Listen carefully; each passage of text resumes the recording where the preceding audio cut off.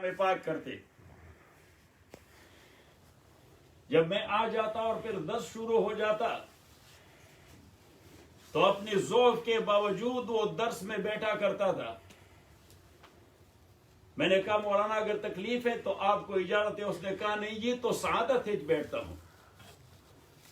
تو وہ سر تاپا ایک دینی آدمی تھے اور خوشبخت ہیں وہ لوگ جن کو اللہ تعالیٰ اس زندگی میں عبادت کی توفیق دے دیتے ہیں. نبی کریم صلی اللہ علیہ وسلم نے فرمایا ترکتکم علی المحجۃ البیضاء، میں نے آپ کے لیے زندگی گزارنے کے حوالے سے ایک برائٹ اور وائٹ اس قسم کی شاہراہ میں نے آپ کے لیے بنا دی ہے جس میں نہ کوئی ہنڈرنسز ہے نہ کوئی خطرہ ہے.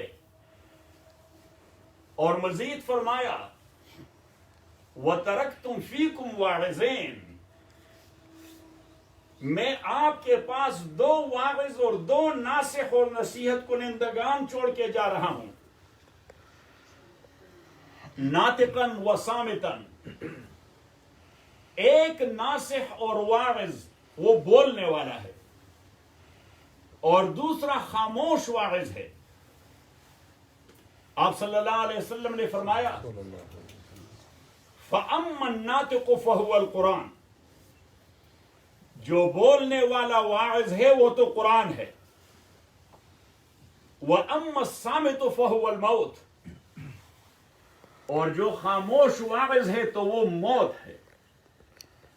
فرمایا فَإِذَا أُشْكِلَ عَلَيْكُمُ الْأَمْرُ فَارْجِعُوا إِلَى الْكِتَابِ وَالسُّنَّةِ، جب آپ زندگی کے کسی بھی مرحلے میں کسی بھی کام میں کنفیوز ہو جائیں تو آپ صلی اللہ علیہ وسلم نے فرمایا کتاب و سنت سے مشورہ لے لیں تاکہ وہ آپ کو راستہ دکھائے.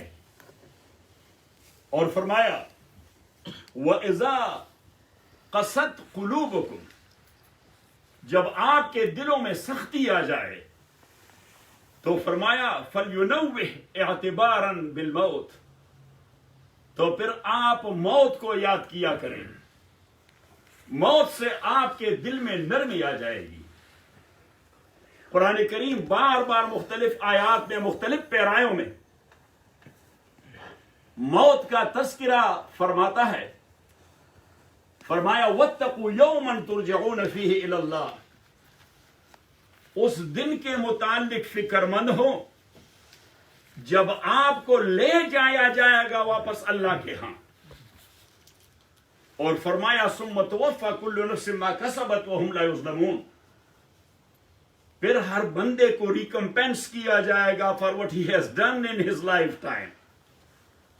If that is good, he will have a good reward. If the case is other way around, may Allah forgive and forbid, then he will face the consequences.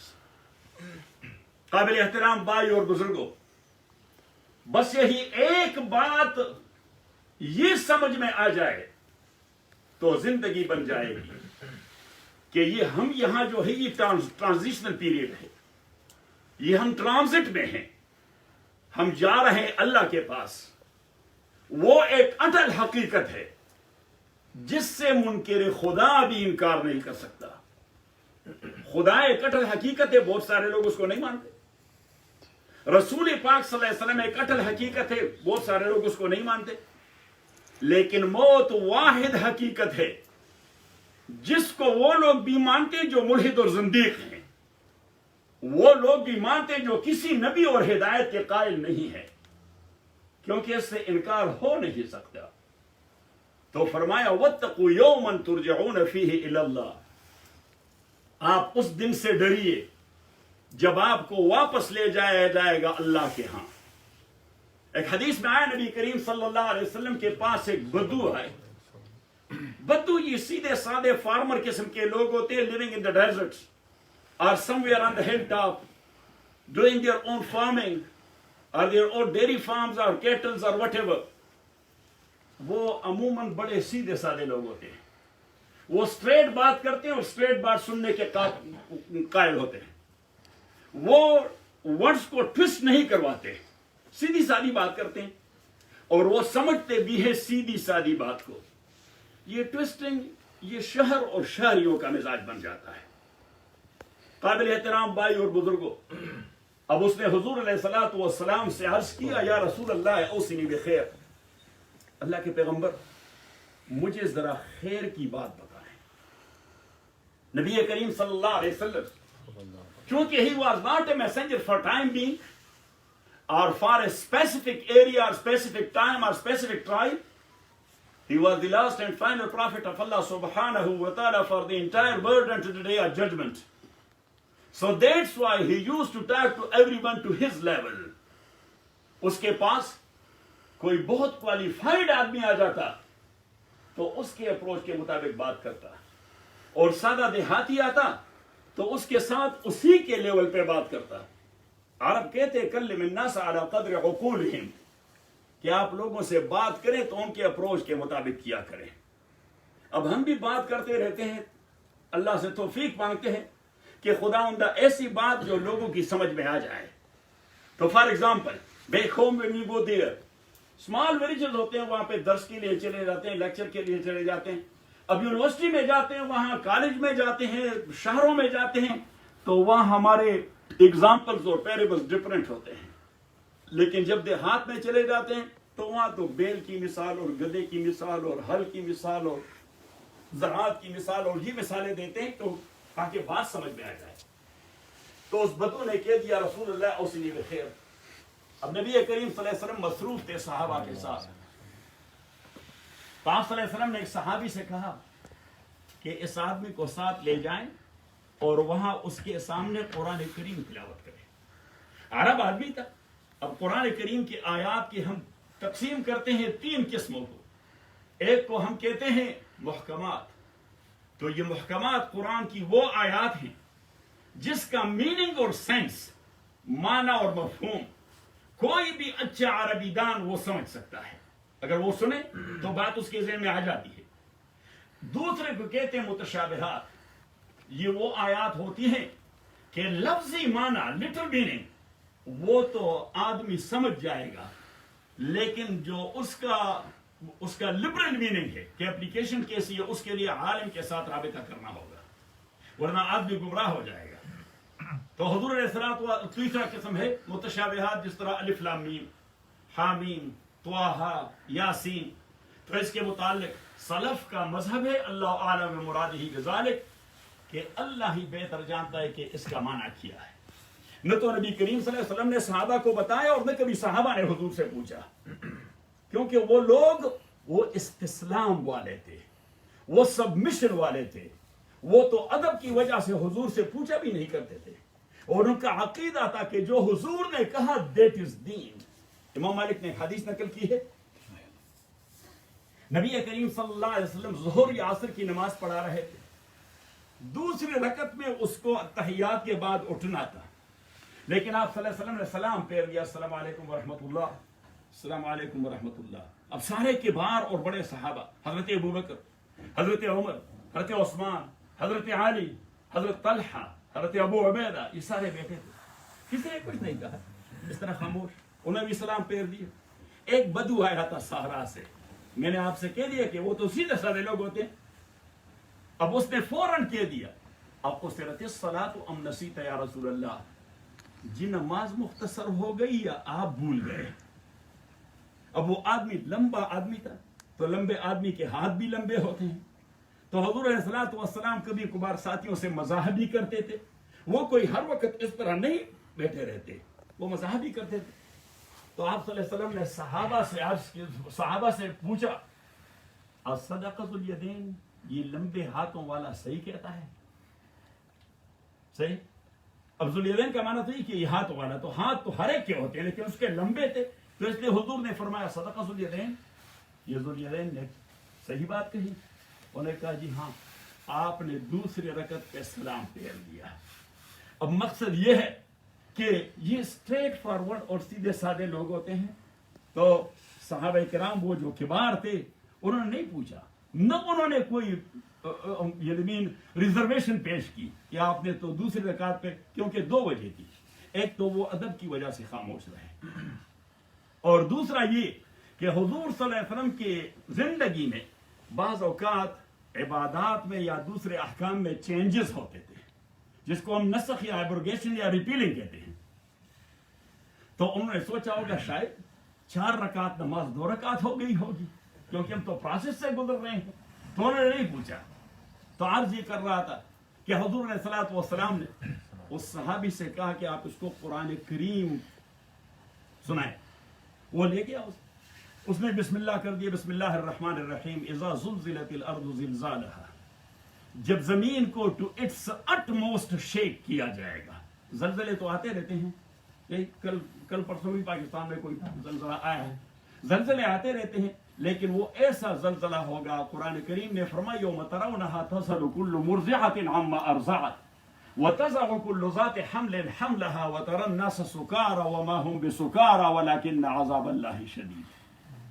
قرآن کریم نے فرمایا یا ایھا الناس، سورہ حج کی پہلی آیت ہے، او لوگو اتقوا ربکم، اپنے پروردگار سے ڈریے. ان زلزلۃ الساعۃ شیء عظیم، قیامت کا زلزلہ بہت بڑی مصیبت ہے. That's a very tragic thing. Allah نے اس کو ٹریجک کہہ دیا کہ وہ بہت بڑی چیز ہے. اور کیسی بڑی؟ یوم ترونها تذهل كل مرضعة عما ارضعت. ماں وہ اپنے بچے کے لیے سارے تکالیف برداشت کرتی ہے، لیکن اللہ کریم نے فرمایا اس زلزلے کی ہیبت اتنی ہوگی کہ ماں اپنی گود سے دودھ پیتا بچہ دور پھینک دے گا. یوم ترونها تذهل كل مرضعة عما ارضعت، اور اتنا خوف ہو جائے گا. وتضع كل ذات حمل حملها، کہ ہر pregnant female she will deliver her baby before time. وترى الناس سكارى، اور سارے لوگ وہ اپنا سینس کھو جائیں گے. وما هم بسكارى، اللہ کریم نے فرمایا کہ وہ ڈرنک نہیں ہوں گے، کسی نے وائن پیا ہوگا. ولكن عذاب اللہ شدید، لیکن اللہ کا عذاب بہت سخت ہے، وہ برداشت نہیں کر پائیں گے. تو اللہ کریم نے فرمایا اذا زلزلت الارض زلزالها، جب زمین کو ٹو اٹس اٹموسٹ سے ہلایا جائے گا. اور آپ کو پتا ہے جب زلزلہ آ جاتا ہے تو بہت ساری جگہوں سے کوئی لاوا وغیرہ نکل آتا ہے، کوئی مائنز وغیرہ نکل آتے ہیں، کوئی پانی نکل آتا ہے، کبھی پانی ڈوب جاتا ہے. یہ ہمارے بلوچستان میں چمن کا علاقہ، اس کو چمن کہتے ہیں کیونکہ باغات ہی باغات تھے، اب کچھ نہیں ہے. ابھی آپ جائیں گے تو آپ کہیں گے چمن کہاں ہے، کیونکہ وہ جو 1935 کا زلزلہ آیا تھا تو اس کا پانی اتنا دور چلا گیا کہ وہ اب ڈرلنگ کرتے رہتے ہیں، بہت تکلیف سے پانی نکل آتا ہے. تو اللہ کریم نے فرمایا کہ اذا زلزلت الارض زلزالها واخرجت الارض اثقالها، زمین اپنے اثقال، اپنے بوجھ، اپنے لوڈز وہ باہر پھینک دے گی. وقال الانسان ما لها، ادروائز دنیا یہ مائنز نکالنے کے لیے کتنی محنت کرتے ہیں کہ نہیں کرتے؟ جی کرتے ہیں.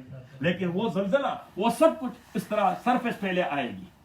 وقال الانسان ما لها، انسان حیرت سے کہے گا کیا ہو گیا. اللہ کریم فرماتے یومئذ تحدث اخبارها، یہ زمین خود اپنا قصہ بیان کرے گی. بان ربک اوحی لها، کچھ بھی نہیں ہوا، اللہ کا حکم ہوا. بان ربک اوحی لها، اور اللہ کریم نے فرمایا یومئذ یصدر الناس اشتاتا، آپ اسی دن دیکھیں گے کہ لوگ گڈ مڈ اور خلط ملط وہ اللہ کی طرف دوڑتے جائیں گے.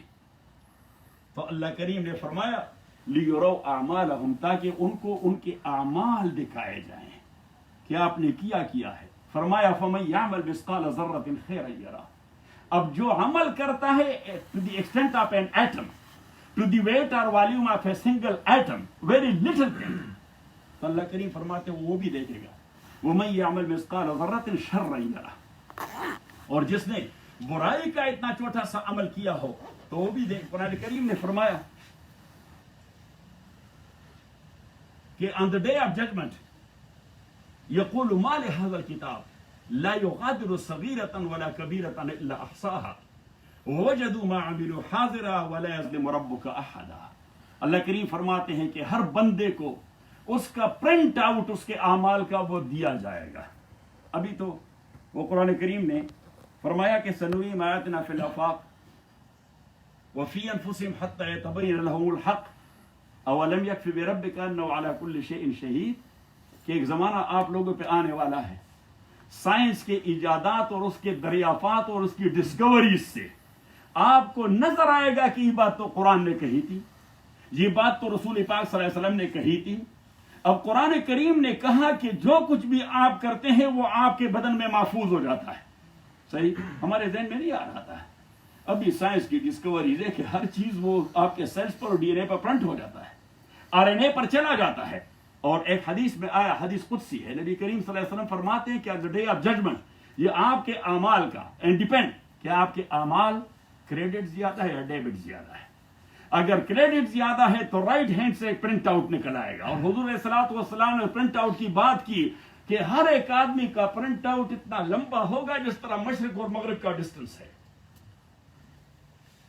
وقالوا ما لهذا الكتاب لا يغادر صغيرة ولا كبيرة الا احصاها، ہر ایک آدمی حیران رہے گا کہ اوف یہ تو احصاء ہے۔ اور واٹ از احصاء؟ احصاء کا لٹرل معنی یہ ہے کہ count along with the time, day and date۔ آپ نے فلاں تاریخ، فلاں ایئر کے فلاں تاریخ، فلاں دن کو 10:02 پر یہ کام کیا ہے، 10:03 پر یہ کام کیا ہے۔ وجدوا ما، اس کو کہتے ہیں احصاء، اور اللہ کریم نے ٹیکنیکل لفظ استعمال کیا، اللہ احصاها وجدوا ما عملوا حاضرا ولا يظلم ربك احدا، کیونکہ آپ کا پروردگار کسی کے ساتھ ظلم نہیں کرتا ہے، جو کچھ بھی آپ نے کیا ہے وہی آپ کو نظر آئے گا۔ تو قرآن کریم نے فرمایا سورہ الزلزال کہ فَمَن يَعْمَلْ مِثْقَالَ ذَرَّةٍ خَيْرًا يَرَهُ، جو عمل کرتا ہے to the extent of a ذرہ، a small atom، you will see that۔ وَمَن يَعْمَلْ مِثْقَالَ ذَرَّةٍ شَرًّا يَرَهُ، اب وہ تو سیدھا سادہ آدمی تھا، وہ بدو آدمی سیدھا سادہ آدمی تھا، اس نے صحابی سے پوچھا او یحاسبنا اللہ علی الذرہ، اللہ کریم ہمارے ساتھ ذرے ذرے کا حساب کرے گا؟ کیونکہ ذرے کی بات ہوئی، ذرے ذرے کا حساب کرے گا۔ اس صحابی نے کہا ھذا یقول اللہ، ہاں اللہ نے یہی فرمایا۔ اب وہ سیدھا سادہ بندہ، اس نے فوراً اپنے جامے کو اس طرح فولڈ کر دیا جس طرح آپ بھی رخصت ہو رہا ہے۔ اس نے کہا اچھا السلام علیکم، یس حسبی ھذا، یہ کافی ہے، میں سمجھ گیا، میں بات کو سمجھ گیا۔ اب وہ صحابی اس سے کہہ رہا ہے کہ بیٹھو، اس نے کہا کہ بس میں سمجھ گیا۔ اس نے کہا نہیں نبی کریم صلی اللہ علیہ وسلم میرے پہ غصہ ہو جائیں گے کہ آپ نے اسٹوڈنٹ کو اتنا جلدی فارغ کر دیا، آپ نے کلاس اتنی جلدی ختم کر دی، میں نے آپ کو آدمی ہینڈ اوور کر دیا اور آپ نے رخصت کر دیا۔ اس نے کہا نہیں میری بات سمجھ میں آ گئی۔ اب نبی کریم صلی اللہ علیہ وسلم توجہ کر گئے کہ یہ دونوں تو کلاس سے کوئی مصیبت میں پھنس گئے، کوئی آرگومنٹ میں پھنس گئے۔ تو نبی کریم صلی اللہ علیہ وسلم نے صحابی سے کہا ماذا حدث، what happened؟ اس نے بتایا جی آپ نے حکم دیا، میں نے سورہ زلزال تلاوت کی، آخری آیتیں جو پڑھی کہ فَمَن يَعْمَلْ مِثْقَالَ ذَرَّةٍ خَيْرًا يَرَهُ وَمَن يَعْمَلْ مِثْقَالَ ذَرَّةٍ شَرًّا يَرَهُ۔ اس نے مجھ سے ایک سوال کیا کہ وَيُحَاسِبُنَا اللَّهُ عَلَى الذَّرَّةِ، اللہ ہمارے ساتھ ذرے ذرے کا حساب بھی کرے گا؟ میں نے کہا یہی تو اللہ فرماتے ہیں۔ تو اس نے کہا بس میں جا رہا ہوں، میں سمجھ گیا۔ تو حضور نے فرمایا کہ آپ کیا چاہتے ہیں؟ اس نے کہا جی آپ نے حکم دیا ہے، میں اس کو 2-4-5 صورتیں اور بھی پڑھاؤں گا۔ نبی کریم صلی اللہ علیہ وسلم نے فرمایا دعو، چھوڑو اسے، فَإِنَّهُ قَدْ فَقَهَ الرَّجُلُ، یہ بات کی تہ تک جا پہنچا، یہ بات کی تہ تک جا پہنچا۔ مینز کہ جو کچھ بھی آپ کریں گے تنہائی میں، گروپ میں، بازار میں، مسجد میں، حجرہ میں، گھر میں، راستے پر، روڈ پر، جو بھی ہے اس کا آپ کو حساب دینا ہوگا۔ تو قرآن کریم نے فرمایا کہ وَاتَّقُوا يَوْمًا تُرْجَعُونَ فِيهِ إِلَى اللَّهِ، ڈرو اس دن سے جب آپ کو واپس لے جائے گا اللہ کے ہاں۔ ثُمَّ تُوَفَّى كُلُّ نَفْسٍ مَا كَسَبَتْ وَهُمْ لَا يُظْلَمُونَ، اور پھر ہر ایک بندے کو ریکمپینس کیا جائے گا اس کے اعمال کے مطابق، اور کسی کے ساتھ کوئی ظلم نہیں کیا جائے گا۔ دوسری آیت میں اللہ کریم فرماتے ہیں کہ من عمل صالحا فلنفسه، جس نے صالح عمل کیا وہ اس کے اپنے فائدے کے لیے ہے، ومن اساء فعلیہا، اور جس نے برائی کی اس کا وبال اسی پہ پڑے گا، وما ربک بظلام للعبید، آپ کا پروردگار تو اپنے بندوں کے ساتھ ظلم نہیں کرتا، یہ تو آپ جو کچھ کریں گے تو وہی آپ فیس کریں گے۔ قابل احترام بھائی اور بزرگوں، امام شافعی رحمۃ اللہ علیہ کا نام تو آپ نے سنا ہے، بہت بڑے امام ہیں، ہمارے امام ہیں رحمہ اللہ.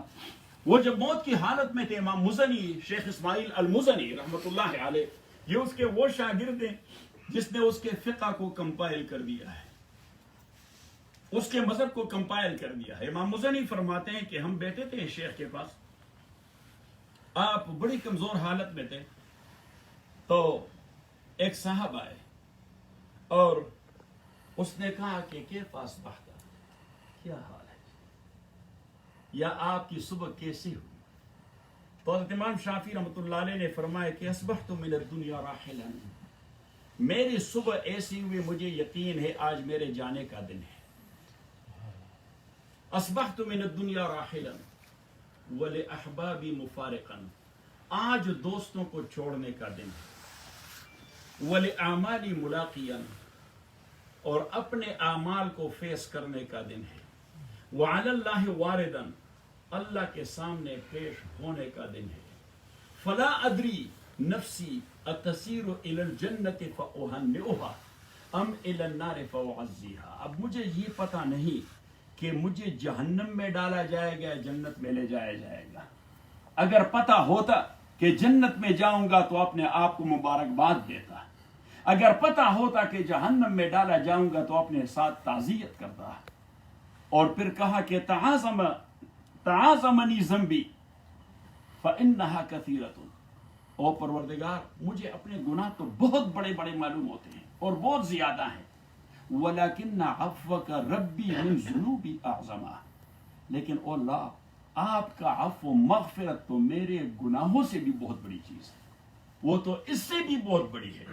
اور پھر فرمایا فإنک ما زلت ذا عفو وإنک لم تزل تجود وتعفو منتا وتقربا، کہ او پروردگار آپ تو ہمیشہ معافی والے ہیں اور ہمیشہ معافی والے ہوں گے، آپ کے احسانات کے منتظر ہیں. اور پھر فرمایا کہ ولولاک لم یسلم من ابلیس واحد، اگر آپ کی فضل اور مہربانی نہ ہوتی تو ابلیس کے چنگل سے تو کوئی بھی وہ چھٹکارا نہ پاتا. کیفا وقد اغوا صفیک آدم، اس بدبخت نے تو آپ کے صفی مین جو آدمی دوستوں کے درمیان کسی کا انتخاب کرتا ہے کہ یہ تو ہے، تو حضرت آدم کو صفی اللہ کہتے ہیں، کہ اسی ابلیس نے تو اس کو لغزش دی تھی اور اس سے وہ دانا کھلایا تھا. تو قابل احترام بھائی اور بزرگوں، میں عرض یہ کر رہا تھا کہ اب موت یہ ایک ایسی حقیقت ہے جس سے کوئی بھی انکار نہیں کر سکتا. اور حضرت عثمان رضی اللہ تعالی عنہ خلیفہ راشد ہے، تیسرا خلیفہ، جامع القرآن ہے، حیا کے حوالے سے مشہور ہے، لیکن کہتے خوف خدا کے حوالے سے بھی وہ ایک مثالی آدمی ہے. وہ مجلس میں بیٹھے رہتے، کسی کی موت کی خبر آتی، وہ فوراً بچوں کی طرح رو پڑتے. آپ کو جنازے کی اطلاع دی جاتی، اطلاع کے ساتھ وہ بچوں کی طرح رو پڑتے. مقبرے پر گزر ہوتا تو ایسے روتے کہ پتہ نہیں کیا ہو گیا. تو صحابہ نے عرض کیا امیر المومنین یذکر عندک الجنت والنار، آپ کے سامنے جنت اور اس کی نعمتوں کا تذکرہ ہوتا ہے، آپ کے سامنے جہنم اور اس کے عذاب کا تذکرہ ہوتا ہے، لیکن آپ پر کوئی اثر ظاہر نہیں ہوتا. اگر آپ کو موت کی بات کی جائے، کسی مردے کی بات کی جائے، مقبرے پر آپ کا گزر ہو تو آپ پھر اپنے حال میں نہیں رہتے. تو اس نے کہا کہ جنت ہو یا جہنم ہو وہاں تو لوگ ہوں گے. وہ فارسی بان کہتے ہیں کہ مرگ امبو جس نے دارد، جو موت آدمی کو ہجوم کے ساتھ آئے تو وہ کہتی ہے میلہ ہے. فارسی بان بھی عجیب لوگ ہیں. تو انہوں نے کہا کہ مرگ امبو، لیکن حضرت عثمان رضی اللہ تعالیٰ نے فرمایا کہ سمعت رسول اللہ صلی اللہ علیہ وسلم، میں نے اللہ کے نبی صلی اللہ علیہ وسلم سے سن لیا تھا، یقول، وہ فرماتے تھے، ان القبر اول منزل من منازل الاخرہ، کہ یہ قبر آخرت کے منازل میں سب سے پہلی منزل ہے، آخرت کے پرچوں میں سب سے پہلا پرچہ ہے، آخرت کے امتحانات میں سب سے پہلا امتحان ہے. تو حضور علیہ الصلوۃ والسلام نے فرمایا کہ یہ امتحان کسی نے پاس کیا فما بعدها ایسر منہ، تو اس کے بعد آسانی ہی آسانی ہے، اور یہاں اگر کوئی پھسل گیا تو پھر وہ پھسلتا جائے گا. اس لیے حضرت عمر بن العاص رضی اللہ تعالیٰ عنہ کتنے بڑے صحابی ہیں. حضور علیہ الصلوۃ والسلام کے صحابہ کی تعداد کے حوالے سے علماء فرماتے کہ 1,25,000 سے لے کر 1,40,000 اس کے درمیان کی تعداد، 1,25,000 سے 1,40,000 تک. لیکن ان میں 5 وہ لوگ ہیں جس کے متعلق علماء فرماتے کہ یہ اسٹیٹس مین تھے، یہ عالمی قسم کے سیاستدان تھے، ایسے تھے کہ ان کو طریقہ آتا تھا کہ ریاست کو کیسے چلایا جا سکتا ہے. تو فرماتے کہ یہ 5 ہیں حضرت عمر بن الخطاب رضی اللہ تعالی عنہ، دوسرے ہیں سعید بن زید اور سعید بن عامر رضی اللہ تعالی عنہ، تیسرے ہیں حضرت عمرو بن العاص رضی اللہ تعالی عنہ، چوتھے ہیں حضرت مغیرہ بن شعبہ رضی اللہ تعالی عنہ، اور پانچویں حضرت معاویہ بن ابی سفیان رضی اللہ تعالی عنہ. تو عمرو بن العاص ان 5 صحابہ میں ہیں جو سیاسیات کے حوالے سے امام مانے جاتے ہیں. اور آپ کو تو پتا ہے کہ یہی آدمی تھے کہ اس زمانے میں روم کو چیلنج کرنا کاریگر سپر پاور تھا. اس آدمی نے ان کا ایسا حشر کر دیا کہ افریقہ کی طرف اس دروازہ کھول دیا مسلمانوں کے لیے، مصر کو فتح کر دیا. فاتح مصر کہلائے جاتے ہیں حضرت عمرو بن العاص رضی اللہ تعالی عنہ. وہی عمرو بن العاص رضی اللہ تعالی عنہ جب وفات پا رہے تھے، صحابہ اور تابعین بیٹھے تھے، وہ رو رہے تھے. صحابہ نے عرض کیا کہ حضرت آپ کیوں رو رہے ہیں؟ اس نے کہا وہ دن یاد آیا. انہوں نے کہا کون سا دن؟ اس نے کہا کہ پہلے دن سے جب رسول پاک صلی اللہ علیہ وسلم نے دعوت دی تو میرے دل نے کہا کہ یہ اللہ کا پیغمبر ہے، لیکن اب ایگو کا کیا کرتا ہے، یہ ایگو بیڑا غرق کر دیتا ہے. ایگو نے پکڑے ہوا تھا کہ اتنا بڑا آدمی اس بندے کی اتباع کرے گا، اس کے پیچھے جائے گا. اس نے کہا اللہ کا کرنا ایسا ہو کہ میرا بیٹا ہے عبداللہ، وہ تو پہلے دنوں میں ایمان لے آیا. عبداللہ ابن عمرو بن العاص رضی اللہ، بہت مشہور صحابی ہیں حضرت عبداللہ ابن عمرو بن العاص، اور یہ تو بڑے مالدار لوگ تھے، تو ٹیلنٹڈ فیملی تھی اور ایجوکیٹڈ فیملی تھی. اس لیے حضرت عبداللہ ابن عمرو بن العاص رضی اللہ تعالیٰ وہ جوان آدمی تھے، یعنی 21 اور 22 ایئرز آف ایج. وہ کہتے ہیں کہ میں تو چونکہ لکھا پڑھا آدمی تھا، تو حضور علیہ الصلوۃ والسلام جب بات کرتے تو میں لکھتا، باقی صحابہ حفظ کرتے، میں لکھتا. تو کچھ بڑے بوڑھوں نے مجھے کہہ دیا کہ آپ ہر بات لکھتے ہیں، کبھی کبھار آپ صلی اللہ علیہ وسلم غصے میں بھی ہوتے ہیں، غصے میں بات کر جاتے ہیں، تو آپ ہر بات کیوں لکھتے ہیں؟ تو اس نے کہا کہ بس میں اٹھ گیا اور آ گیا رسول پاک صلی اللہ علیہ وسلم کے پاس، اور میں نے کہا جی یہ قریش کے کچھ بزرگ مجھے یہ کہتے ہیں کہ آپ ہر بات لکھتے ہیں، کبھی کبھار حضور غصے میں ہوتے. تو اس نے کہا کہ حضور علیہ الصلوۃ والسلام کی زبان مبارک نکالی اور 2 انگلیوں میں سے پکڑا، اور اس نے کہا اکتب یا عبداللہ کلما یقول، لکھو جو کچھ بھی اس زبان سے نکلے، فواللہ لا یخرج منہ الا الحق، مجھے خدا کی قسم یہ زبان اللہ کے کنٹرول میں، اس سے سوائے سچ اور حق کی اور کوئی بات نکلتی نہیں. تو قابل احترام بھائی اور بزرگوں، اب عبداللہ ابن عمرو بن العاص رضی اللہ تعالیٰ عنہ حضور کے زمانے میں اس نے کتاب حدیث کی لکھی، اس کو ہم کہتے ہیں صحیفہ. کیا کہتے ہیں اس کو؟ صحیفہ. اور بلکہ مکمل نام اس کا ہے الصحیفۃ الصادقہ.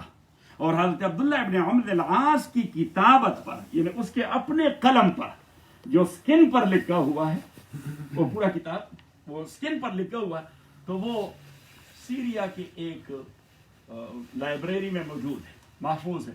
ڈاکٹر حمید اللہ خان صاحب رحمۃ اللہ علیہ بہت بڑے عالم گزرے ہیں، انڈیا کے تھے، فرانس میں رہتے تھے، آپ کو معلوم ہے، بہت سارے تعلیم یافتہ لوگ جانتے ہیں. اس نے قرآن کریم کی فرانسیسی میں تفسیر بھی لکھی ہے، اور اس کے ہاتھوں فرانس کے بہت سارے لوگ مسلمان بھی ہو گئے تھے. ڈاکٹر حمید اللہ خان صاحب رحمۃ اللہ علیہ وہ سیریا گئے اور وہ اسے نکال لائے، اور پھر باقی محدثین نے عبداللہ ابن عمرو بن العاص رضی اللہ تعالیٰ سے جتنے احادیث نقل کی اپنی کتابوں میں لکھی ہیں، اس نے کہا کہ میں نے پوری کتاب کو دیگر کتابوں سے ٹیلی کر دیا کہ امام بخاری نے حدیث نقل کی ہے، امام مسلم نے نقل کی ہے، انہوں نے اپنے مشائخ سے حفظ سے نقل کی ہے، لیکن عبداللہ ابن عمرو بن العاص کی کتاب تو مجھے لکھی ہوئی مل گئی. تو اس نے کہا میں نے جو ٹیلی کر دیا تو ہزاروں احادیث میں کاما کولن اور سیمی کولن کا بھی کوئی فرق نہیں تھا. یہ ہے معجزہ نبی کریم صلی اللہ علیہ وسلم کا. قابل احترام بھائی اور بزرگوں، تو حضرت عمرو بن العاص فرماتے ہیں کہ میرا بیٹا، وہ تو ابتدا میں ایمان لے آئے تھے، اور حضرت عمرو بن العاص رضی اللہ تعالیٰ عنہ یہ فتح مکہ کے بعد ایمان لے آئے. اور یہ کہتے ہیں کہ میں جب فتح مکہ کے بعد کہ اب تو یہ پیغمبر ویسے بھی برحق ہے اور اس نے مکہ فتح کر دیا، اب تو اس کا راستہ روکنا ممکن نہیں. یہ تو اب آندھی کی طرح چلتا جائے گا، اور واقعی پھر چلتا گیا فتح مکہ کے بعد، تو ادھر روم کو، ادھر فارس کو، ادھر اس کو ہٹ کر دیا، اس کو ہٹ کر، اور اذا جاء رسول اللہ والفتح ورأيت الناس يدخلون في دین اللہ افواجا، ڈیلیگیشن کے ڈیلیگیشن اور قبیلوں کے قبیلے آتے رہے اور کلمہ پڑھتے رہے کہ یا رسول اللہ ہمیں کلمہ پڑھائیں۔ حضرت عمرو بن عاص فرماتے ہیں کہ میں اس ارادے سے مدینہ کی طرف نکل پڑا کہ کب تک یہ ضد، یہ ایگو ہدایت کے راستے میں رکاوٹ بناتا جاؤں گا۔ کہتے ہیں کہ جب میں مکہ معظمہ سے باہر آیا تو دیکھا ایک جگہ خالد بن ولید بیٹھے ہیں، تو میں نے کہا کہ خالد، نے کہا السلام علیکم، وعلیکم السلام، whatever the greeting at that time was, صحیح علیک سلیک ہوگی۔ میں نے کہا کہاں کا ارادہ ہے؟ تو خالد نے کہہ دیا کہ بہت ہوا، یہ کیا ہم ضد کر چکے ہیں۔ اس نے کہا اچھا تو مدینہ کا ارادہ ہے؟ اس نے کہا آپ کا؟ میں نے کہا میرا بھی یہی ارادہ ہے۔ دو بڑے جنرل ایک ساتھ۔ حضرت عمرو بن عاص فرماتے ہیں کہ ہم جب مدینہ منورہ پہنچ گئے، اس نے کہا پہلی بات جو نبی کریم صلی اللہ علیہ وسلم نے مجھے دیکھا، اس نے کہا یا عمرو کیف خفیہ ھذا الامر علیک رجل فتین، آپ جیسے عقل مند آدمی پر یہ حق کیوں ابھی تک چھپا رہا تھا؟ عقل مند آدمی وہ تو کہتے ہیں کہ وہ اڑتے ہوئے پرندے کے پر گن لیتا ہے، کہ آپ جیسے عقل مند آدمی پر۔ تو میں نے کہا کہ یا رسول اللہ وباللہ، مجھے خدا کی قسم پہلے دن سے یہ پوشیدہ نہیں تھا، لیکن ایگو کا کیا جائے۔ تو اس نے کہا اچھا ہوا، دیر آئے درست آئے، اب بھی آپ نے اچھا کیا کہ آپ آ گئے۔ تو حضرت عمرو بن عاص فرماتے ہیں کہ آپ صلی اللہ علیہ وسلم نے کہا کہ ہاتھ دے دو، آپ بیعت کرتے، یہ ایک یعنی عہد لینا تھا، عقد لینا تھا۔ یہاں تو آپ جب سٹیزن شپ لے لیتے ہیں تو وہاں تو وہ جج صاحب لگے رہتے ہیں اور آپ فالو کرتے ہیں، صحیح کھڑے ہوتے ہیں۔ نبی کریم صلی اللہ علیہ وسلم ہر ایک بندے سے اس کا ہاتھ اپنے ہاتھ مبارک پہ لے کر اسے کہتے ہیں اشہد ان لا الہ الا اللہ واشہد ان محمدا عبدہ ورسولہ۔ اللہ کریم فرماتے ہیں کہ نیچے نبی کا ہاتھ ہوتا ہے، درمیان میں اس بندے کا ہاتھ ہوتا ہے، اور فرمایا ید اللہ فوق ایدیہم، اوپر سے اللہ کا ہاتھ ہوتا ہے۔ تو قابل احترام بھائی اور بزرگوں، میں عرض یہ کر رہا تھا کہ حضرت عمرو بن عاص رضی اللہ تعالیٰ نے فرمایا کہ میں نے ہاتھ آگے کیا پھر پیچھے، تو حضور علیہ السلام نے مجھے دیکھ لیا، ماذا حدث، عمر کیا ہوا؟ میں نے کہا جی میں نے مدتوں یہ کفر اور شرک کیا، تو آپ مجھے یہ ضمانت دیں کہ اللہ مجھے بخش دے گا، اور جو میرے ظلم ہے وہ اللہ معاف کر دے گا۔ تو فرمایا کہ نبی کریم صلی اللہ علیہ وسلم نے مجھے کہا کہ یا عمر اما تعلم، آپ کو پتہ نہیں ان الحج یہدم ما کان قبلہ، آدمی حج پہ چلا جائے تو اس کے سابقہ گناہ معاف ہو جاتے ہیں۔ وَإِنَّ الْإِسْلَامَ يَهْدِمُ مَا كَانَ قَبْلَهُ، آدمی کافر تھا، اسلام لے آیا تو اس کے سارے گناہ معاف ہو جاتے ہیں۔ واضح میں آ گئی، تو اس نے کہا پھر میں نے ہاتھ آگے کر دیا۔ حضرت عمرو بن عاص رضی اللہ تعالیٰ نے فرمایا کہ ہاں انا ذا اموت، اب میں مر رہا ہوں، حضور علیہ الصلوۃ والسلام نے مجھے ضمانت دی ہے، تو پتہ نہیں کہ خوشی سے میں رو رہا ہوں یا غم سے میں رو رہا ہوں، مرنا تو ہر ایک بندے کو ہے۔ تو قابل احترام بھائی اور بزرگوں، واتقوا یوما ترجعون فیہ الی اللہ، کہ ڈرو اس دن سے جب آپ کو لے جایا جائے گا اللہ کے ہاں۔ قابل احترام بھائی اور بزرگوں، امام احمد بن حنبل رحمۃ اللہ علیہ بہت بڑے امام ہیں، جانتے ہیں آپ سب لوگ، چار امام میں یہ چاروں ائمہ، ان کا سلسلہ اس طرح ہے، امام ابو حنیفہ رحمۃ اللہ علیہ، اس کے شاگرد امام مالک، اس کے شاگرد امام شافعی، امام شافعی کے شاگرد امام احمد بن حنبل، اور امام احمد بن حنبل کے شاگرد امام بخاری، امام مسلم اور امام ابو داؤد۔ یہ بہت بڑے محدثین، یہ سارے امام احمد بن حنبل رحمۃ اللہ علیہ کے شاگرد ہیں۔ تو یہ اس کو ہم سلسلۃ الذہب کہتے ہیں، یہ گولڈن چین ہے۔ یہ کیا ہے؟ یہ گولڈن چین ہے۔ تو اس گولڈن چین کی چوتھی کڑی حضرت امام احمد بن حنبل رحمۃ اللہ علیہ، وہ جو وفات پا رہے تھے، اس کے ایک چچا تھے، اس کا نام تھا اسحاق بن حنبل، وہ بھی عالم تھے لیکن اس لیول کے تو نہیں تھے۔ تو حضرت امام احمد بن حنبل سے جب بات کرتے، حالانکہ اس کا بھتیجا تھا، تو اسے کہتی ہے فقیہ الامہ، اور امت کے جیورسٹ۔ تو وہ بیمار تھے، بڑی تکلیف میں تھے، کمزور ہو گئے تھے، مدتوں جیل میں رہے، حکمرانوں نے جیل میں ڈال دیا تھا۔ یہ چاروں ائمہ، ان کو بڑی تکالیف سے، ہم تو مفت میں مسلمان ہیں. سب کہیں الحمدللہ. ہم تو یہ پینڈیمک جو ہے اس کے متعلق کہتے ہیں کہ خدا, کل بھی جمعے کے بعد میں نے کہا کہ او خداوند یہ اگر عذاب ہے تو ہمیں عذاب سے نجات دلائے, اور یہ اگر ٹیسٹ اور ابتلا ہے تو ہم بہت کمزور ہیں, ہمیں ٹیسٹ نہ کریں.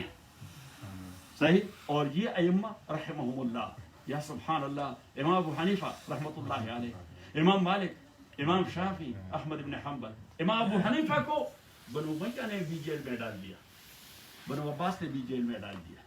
امام مالک رحمۃ اللہ علیہ, اس کو تو اتنا مارا گیا کہ اس کی پسلیاں ٹوٹ گئی اور دونوں ہاتھ بھی ٹوٹ گئے, دونوں ہاتھ ٹوٹ گئے. وہ پھر ایسے کرنے کے قابل نہیں تھے کہ اس طرح ہاتھ کر دیں,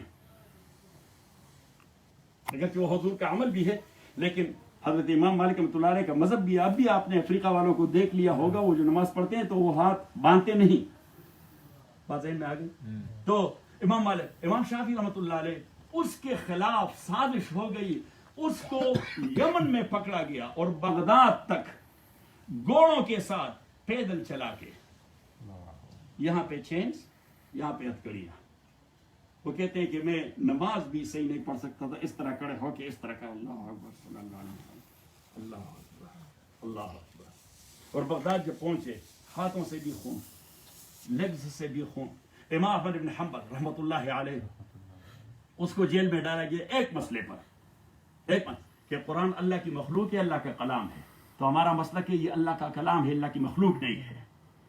اللہ کا کلام ہے, اللہ کی مخلوق نہیں ہے. تو قابل احترام بھائی اور بزرگوں, میں عرض یہ کر رہا تھا کہ امام احمد بن حنبل رحمۃ اللہ علیہ کو جیل میں ڈالا گیا اور روزانہ اس کو 20 درے لگائے جاتے, اور اس کے شاگرد وہ جیل کے دیواروں کے پاس کھڑے ہوتے, روتے رہتے کہ خداوند یہ کیوں یہ ظلم ہو رہا ہے. اور امام احمد بن حنبل رحمۃ اللہ علیہ کو جیسے درہ مارتے تو وہ کہتا اللہ اکبر, پھر درہ مار, وہ کہتے اللہ اکبر. تو ایک بار اس کے شاگرد اس سے ملاقات کی, اس نے کہا حضرت رو رہے تھے. شاگرد نے کہا آپ کیوں رو رہے ہیں؟ اس نے کہا وہ آج صبح جب آپ کو مار رہے اور ہم وہ ٹاک کی آواز سن لیتے تو ہمارا تو وہ دل پٹ جاتا, لیکن حضرت ایک بات کہنا تو یہ چاہیے تھا کہ آپ کہتے کہ انا للہ و انا الیہ راجعون, لیکن آپ تو اللہ اکبر کہتے تھے ہر ضرب کے ساتھ. اس نے کہا اصل مسئلہ ایک اور ہے. انہوں نے کہا وہ ٹھیک ہے کہ تکلیف کے وقت کیا ہے, انا للہ و انا الیہ الذین اذا اصابتهم مصیبہ قالوا انا للہ و انا الیہ راجعون. حضرت عائشہ فرماتی حضور علیہ السلام گھر میں تشریف فرماتے, ہوا کا جھونکا آیا, وہ جو دیا جل رہا تھا وہ بجھ گیا, تو حضور نے فرمایا انا للہ و انا الیہ راجعون. تو میں نے کہا حضرت انہا نور طفئت, یہ تو بس ایک فلیم تھا وہ, تو آپ نے انا للہ. تو حضور علیہ السلام نے فرمایا کل ما اساء المؤمن فہی مصیبہ, جو چیز بھی آپ کو فار ٹائم بھی غمزدہ کرے تو وہ مصیبت ہے, اور مصیبت پہ انا للہ و انا الیہ راجعون 10 نیکی آسانی سے مل جاتی ہے. انا للہ حتی الشوکۃ یشاقها احدکم فی رجلہ, اگر آپ کے پاؤں کو کوئی کانٹا بھی لگ جائے آپ کہیں انا للہ و انا الیہ راجعون, اجر مل جائے گا. تو اس نے کہا کہ ہاں انا للہ کہنا چاہیے تھا, لیکن مسئلہ کچھ اور ہے. میرا اور حکمران کا اعصابی جنگ ہے, اگر میں انا للہ کہہ دوں تو حکمران خوش ہو جائے گا کہ اس کے اعصاب میں نے توڑ دیے, کیونکہ اس نے اس کو مصیبت جانا. اور اس نے کہا کہ میں اللہ اکبر کہہ کے اس کو میسج دے دیتا ہوں کہ آپ مجھے ذرہ ذرہ کر سکتے ہیں لیکن میرے اعصاب کو نہیں توڑ سکتے, کیونکہ یہ سب کچھ میں اللہ کے لیے برداشت کر رہا ہوں. اور پھر اس نے کہا کہ رحم اللہ ابا الحسن, اللہ ابا الحسن پہ رحم فرمائے. اس کے چچا کہتے ہیں کہ جب وہ جیل سے نکل آئے فوراً نماز کے بعد وہ پہلے کہتے رحم اللہ ابا الحسن, ابو الحسن پہ اللہ رحم فرمایا. میں نے کہا وہ کون ابو الحسن؟ اس نے کہا ابو الحسن کو نہیں. میں نے کہا جی جانتا ہوں ڈاکو کو, میں جانتا ہوں ڈاکو کا سرغنہ ہے, مشہور آدمی ہے, ڈاکو کا سرغنہ ہے, پورے سلطنت میں اس کی ایک ہیبت چھائی ہوئی ہے. تو اس نے کہا اسی کی بات کرتا. اس نے کہا اس کے لیے اس نے کہا کہ اسی نے تو مجھے بڑا ہیلپ کیا. اس نے کہا وہ کیا. اس نے کہا پہلی بار جب مجھے جیل میں لے جایا گیا تو پہلے دن مجھے وہ ملا, آ گیا السلام علیکم امام. میں نے کہا وعلیکم السلام. میں نے کہا تعریفونی, مجھے جانتے ہو؟ میں نے کہا نہیں. اس نے کہا نا ابو الحسن, کہ میں ابو الحسن. میں نے کہا ابو الحسن الطرار, وہ جو ڈاکو ہے؟ اس نے کہا جی ہاں وہ ڈاکو. سبحان اللہ. اس نے مجھے کہا امام یہ میرا 9واں یا 10واں بار ہے جو یہ مجھے جیل میں ڈالتے ہیں. روزانہ مجھے 10 درے مارتے ہیں, لیکن جیسے مجھے رہائی ملتی ہے میں پھر وہ اپنا کام شروع کر دیتا ہوں. میں نے اپنا کام چھوڑا نہیں. آپ کو تو اللہ کے لیے لایا گیا ہے, ماریں گے آپ کو ضرور. میں اگر گناہ نہیں چھوڑتا ضرب سے تو آپ بھی ڈٹے رہے. اس نے کہا اس کی بات نے مجھے اتنی مضبوطی دے دی کہ مجھ میں کبھی کمزوری نہیں ہے, اس لیے میں دعا کرتا ہوں اس کے لیے کہ رحم اللہ ابو الحسن.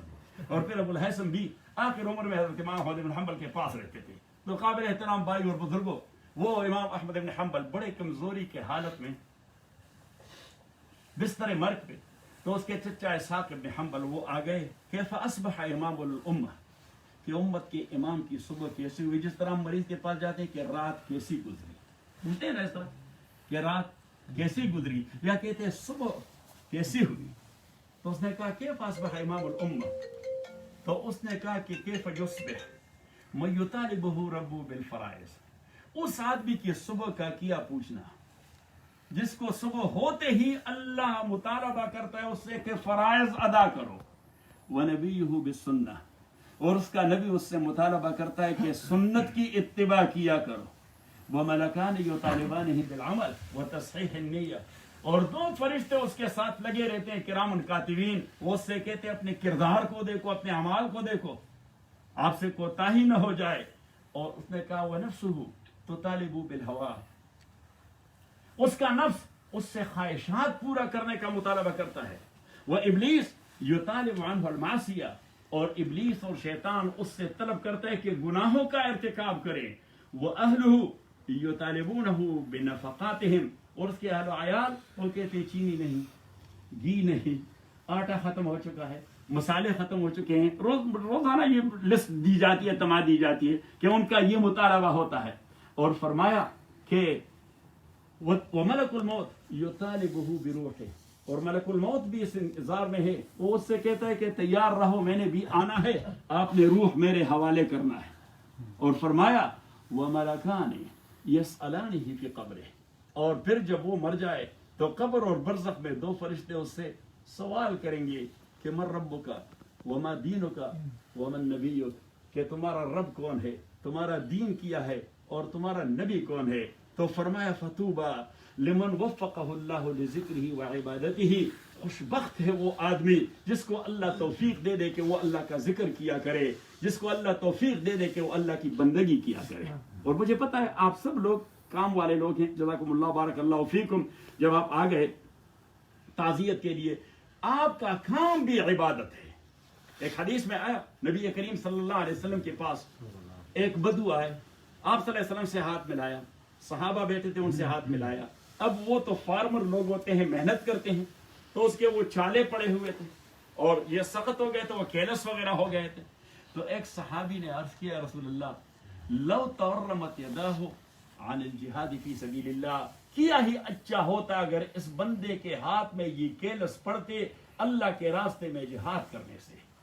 تو رسول پاک صلی اللہ علیہ وسلم نے فرمایا لو تورمت یداہ عن اکتساب الحلال لینفقہ علی ابوین شیخین وصبیۃ صغار فہو فی سبیل اللہ, اگر اس کے ہاتھ میں چھالے پڑے ہوئے ہیں, کیلس پڑے ہوئے ہیں, اس لیے کہ یہ حلال کماتا ہے تاکہ اپنے بوڑھے ماں باپ کی خدمت کرے اور اپنے چھوٹے بچوں کی تربیت کرے, یہ بھی جہاد فی سبیل اللہ ہے.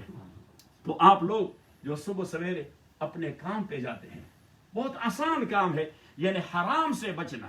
میں اس بار پاکستان میں جو تھا تو وہاں پہ اپنے دروس اور اپنے لیکچرز میں کہا کرتا تھا, علماء ہوتے تھے, عوام ہوتے تھے, طالب یافتہ لوگ ہوتے تھے. میں نے کہا ہم 2 طبقے کر دیتے ہیں. میں نے کہا کہ ڈونٹ ٹیک می رانگ, میں نے کہا کہ یہ جو عصری تعلیمی ادارے کے علماء ہیں یہ بھی علماء ہیں, لیکن میں چونکہ دین کی بات کر رہا ہوں تو ایک جانب ہے دین کے علماء اور دوسری جانب ہے عام لوگ. تو میں نے کہا یہ دینی علماء بھی اولیاء ہیں, یہ عام لوگ بھی اولیاء ہیں, بس 2 کام یہ کریں اور 2 کام یہ کریں تو آپ کے ولی ہونے میں کوئی شک نہیں. میں نے کہا کہ یہ علماء یہ 2 کام یہ کریں کہ عرش سے ذرا نیچے فرش پہ آ جائیں, کیونکہ ہم جو مولوی ہوتے ہیں ہم مین پرواز کرتے ہیں فرشتوں کی طرح. ہمارا یہ خیال ہوتا ہے کہ مولوی بن کے میں فرشتہ بن گیا. میں نے کہا بھائی آپ ابھی تک انسان ہیں, فرشتہ نہیں بنے. تو میں نے کہا کہ ایک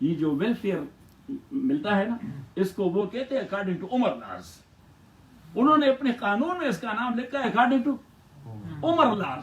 صحیح. تو یہ ٹیکس کا جو نظام ہے حضرت عمر کا وضع کردہ ہے.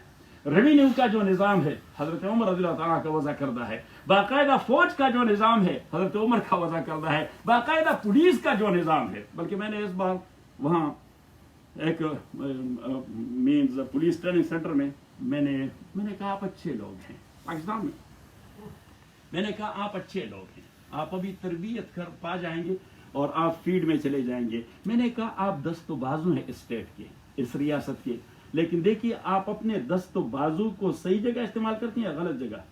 ہر انڈیویجول نے کہا ہر ایک آدمی چاہتا ہے کہ صحیح. میں نے کہا کہ آپ صحیح جگہ پہ استعمال ہو. میں نے کہا کہ آپ کے متعلق پروپیگنڈا تو بہت ہے, مجھے حقیقت کا معلوم نہیں کیونکہ آپ بھی بہت سارے اچھے لوگ ہیں, لیکن میں نے کہا کہ وہ جو گندا کام کرتے ہیں ان کو کم از کم یہ سوچنا چاہیے کہ میرا یہ محکمہ حضرت عمر کا بنا کردہ تھا.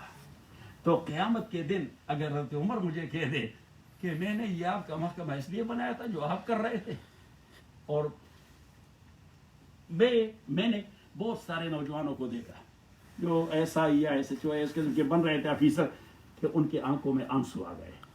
میں نے کہا بس یہ سوچو کہ حضرت عمر نے اگر مجھے کہا قیامت کے دن کہ محکمہ پولیس تو میں نے انٹروڈیوس کر دیا تھا, تو آپ لوگوں کا جو کردار تھا وہ تو میرے پولیس والے جیسا نہیں تھا. تو حضرت عمر رضی اللہ تعالیٰ ہر ایک آفیسر کا ایک اسٹیمپ ہوتا ہے, مہر لگاتے ہیں کہ نہیں لگاتے؟ لگاتے ہیں. تو حضرت عمر رضی اللہ تعالیٰ کا جو مہر تھا اس میں اس نے حضور علیہ السلام کی حدیث کا ایک جملہ لکھا تھا, کفل مرء الموت واعظا, کہ ایک مسلمان کے لیے مولوی کی ضرورت نہیں ہوتی, موت ہی کافی مولوی ہے. وہ موت کو یاد رکھے تو وہ غلطی نہیں کرے گا, وہ موت کو یاد رکھے وہ وائلیشن نہیں کرے گا. اور اس نے ایک آدمی کو باقاعدہ شخصی تنخواہ پہ ملازم رکھا تھا, اس کے پیچھے کھڑا رہتا. جب حضرت عمر بیٹھے رہتے امیر المومنین, اور کتنی جگہ کے امیر المومنین تھے, 2.2 million square miles. Just imagine 2.2 million square miles. Yes. اور یہاں ایک جانب اس سے ایک امپرر کسرا وہ ڈرتا رہتا, اور دوسری جانب وہاں روم میں کیسر وہ ڈرتا رہتا کہ عمر اس جانب نہ آ جائے. تو وہی عمر وہ بندہ پیچھے کھڑا رہتا, اور ہر 10-15 منٹ بعد وہ اسے کہتا تھا کہ یا امیر المومنین لا تغرنک جلالۃ الخلافہ ولا تحملنک علی ترک العدالہ اذکر حادم اللذات الموت. کہ امیر المومنین موت کو یاد رکھیے, کسی کے ساتھ ظلم نہ ہو آپ کے ہاتھ سے.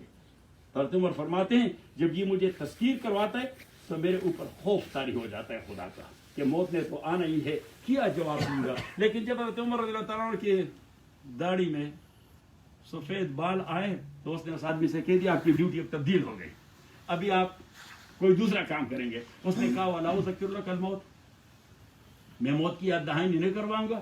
اس نے کہا وَجَاءَكُمُ النَّذِيرُ, میں صبح جب آئینے میں دیکھ لیتا ہوں کہ یہ سفید بال از خود مجھے میری موت کی یاد دلا دیتے ہیں کہ میں آ گیا ہوں. یہ کفن کی نشانی ہے, سفید بال کفن کی نشانی. اب میرے پیچھے تو کفن آ رہا ہے. تو قابل احترام بھائی اور بزرگوں, مولانا سیف الدین صاحب رحمۃ اللہ علیہ, سب کہیں رحمۃ اللہ علیہ, وہ ایک عملی آدمی تھے. وہ صرف عالم نہیں تھے, عالم تو بہت سارے ہوتے ہیں, عملی عالم چاہیے. میں ابھی کہہ رہا تھا کہ صرف علم کیا ہے, کمپیوٹر ہے آپ لگے رہتے ہیں, جو کچھ آپ نے سیکھا اس پر عمل کتنا ہے. تو جہاں تک میں اسے جانتا ہوں میں نے ہمیشہ اسے عملی آدمی پایا, ہمیشہ اسے عملی آدمی پایا. تو ایسے بندے کے لیے تو فروح و ریحان و جنت النعیم, اللہ کریم فرماتے ہیں کہ ان کے لیے تو وہاں خوشیاں ہے اور جنت النعیم ہے. اور ابھی مجھے ضیاء دکھا رہا تھا جنازہ, تو میں نے کہا کہ ہم پاکستانی اقوام میں پاکستانی قوم میں بہت ساری کوتاہیاں ہوگی, لیکن ان میں ایک چیز ہے کہ وہ علماء کا احترام کرتے ہیں اور ان کے جنازے پر جانے پہچانے بغیر آ جاتے اللہ کے لیے. اور یہ اصل میں اللہ کی طرف سے ایک القاء ہوتا ہے کہ ایک عالم دین وفات پا چکا ہے، آپ جا کے اس کے جنازے میں شامل ہو تاکہ آپ کو بھی اللہ بخش دے. تو میں نے ضیاء سے کہہ دیا کہ جتنے سارے لوگ بھی آئے ہیں، یہ جو آپ مجھے دکھائے، اللہ ان سب کو دین دنیا کی خوشیاں نصیب فرمائے اور اللہ ان کو اجر دے دے، اور مولانا سیف الدین صاحب کو اللہ تعالیٰ غریق رحمت کر دے. اللہ کریم اس کو درجات عالیہ سے نوازے، بہتر جنتوں سے نوازے. اور آپ جتنے دوست یہاں آئے ہیں تعزیت کے لیے اور اس ختم قرآن کے لیے، تلاوت قرآن کے لیے، اللہ کریم آپ کے مال، حال اور عیال میں خیر و برکت نصیب فرمائے. ہمیشہ اللہ سے مانگا کرے کہ خداوندہ ہمیں حلال کا رزق دے دے، حرام سے ہمیں بچائے رکھے. قرآن کریم نے فرمایا قل لا يستوي الخبيث والطيب ولو اعجبك كثرة الخبيث، کہ حرام مال اور حلال مال آپس میں برابر ہو نہیں سکتے، اگر کہ خبیث اور گندے مال کا ایک بہت بنچ ہو اور حلال کے اتنی چیز ہو.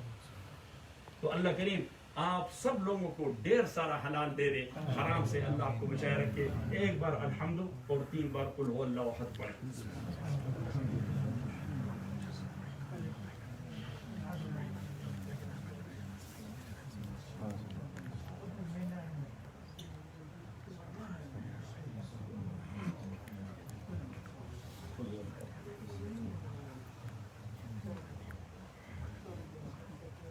اللهم ربنا اغفر لنا وله وارحم عليه ولا تعذبه واجعل جنة مثواه مثوانا ومثوى جميع المؤمنين. اللهم ربنا ادخله بحرمة جنانك وانزل عليه شعبيب رحمتك ومغفرتك وغفرانك. اللهم ربنا نقي من الذنوب كما ينقى الثوب الابيض من الدنس. اللهم ربنا باعد بينه وبين خطاياه كما باعدت بين المشرق والمغرب. اللهم اجعل قبره روضة من رياض الجنة. ربنا اجعل قبره روضة من رياض الجنة. خداوند مولانا سیف الدین صاحب کو درجات عالیہ سے نوازے. خداوندہ اس کو مغفرت نصیب فرما. خداوندہ ان کی نیکیاں اس کے میزان الحسنات میں داخل فرما. خداوندہ اس کے بچوں پہ برکت اور رحمت فرما. خداوندہ اس کی وفات سے یقیناً ایک خلا پیدا ہو چکا ہے اور آپ ہی غنی اور کریم ہے، اس کے خلا کو اپنی فضل سے پر فرما، اپنی فضل سے پر فرما. خداوندہ اس کے برکات اس کے فیملی پر، اس کے متعلقین پر نازل فرما. جتنے سارے دوست آئے ہیں آپ اللہ کے لیے آئے ہیں، صحیح، آپ اللہ کے لیے آئے ہیں. ذرا کہہ دیں یس. سو اللہ ان سب سے راضی ہو، وہ اللہ ان سب سے راضی ہو، وہ اللہ ان سب کے خاندانوں سے راضی ہو، وہ اللہ ان سب کے رشتہ داروں سے راضی ہو، وہ اللہ ان سب کے احباب اور دوستوں سے راضی ہو. خداوندہ ہمیں ہماری خطائیں معاف فرما، ہماری خطائیں معاف فرما، ہماری خطائیں معاف فرما. خداوندہ ہمیں اپنی عبادت اور ذکر کی توفیق نصیب فرما. خداوندہ ہمیں حرام سے بچا کے رکھ، ہمیں حرام سے بچا کے رکھ، ہمیں حرام سے بچا کے رکھ. خداوندہ یہ دنیا بہت پرفتن ہے، ہمارے اہل و عیال کو فتنوں سے محفوظ معمول فرما. ہمارے اہل و عیال کو فتنوں سے محفوظ معمول فرما.